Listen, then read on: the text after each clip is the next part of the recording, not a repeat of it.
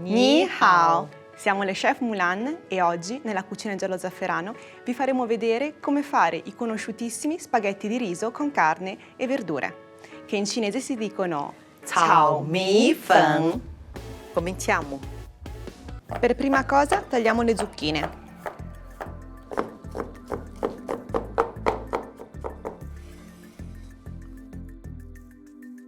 Tagliamo ora le carote. Come ormai avrete capito, nella cucina cinese si taglia sempre nello stesso modo, o sempre a listarelle oppure sempre a cubetti.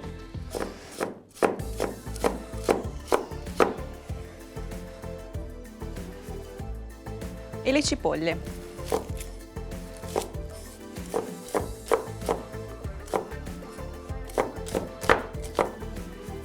E infine la carne.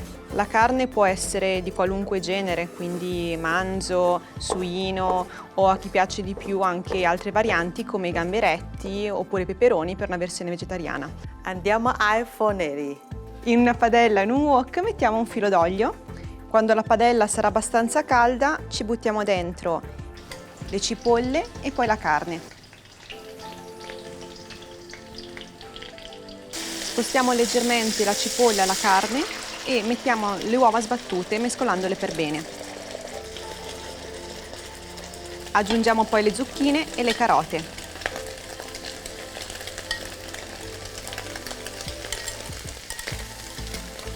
Scoliamo adesso gli spaghetti che sono rimasti in ammollo per 30 minuti in acqua.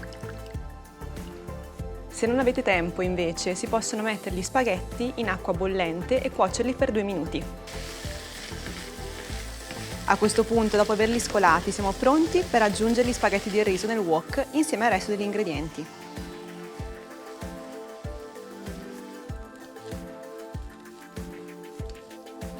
Insaporiamo con sale, pepe e vino di riso. Per chi vuole si può aggiungere anche la salsa di soia, ma mi raccomando aggiungetela ora in cottura e non a piatto finito. Continuiamo a cuocere per circa 5 minuti, fino a quando gli spaghetti non sembreranno morbidi e non più pallidi. A fine cottura aggiungiamo un cucchiaio di olio di semi per rendere gli spaghetti brillanti e ancora più appetitosi.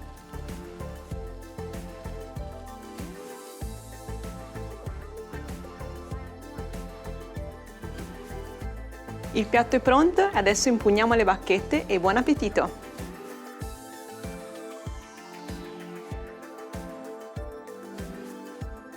Hao-ci!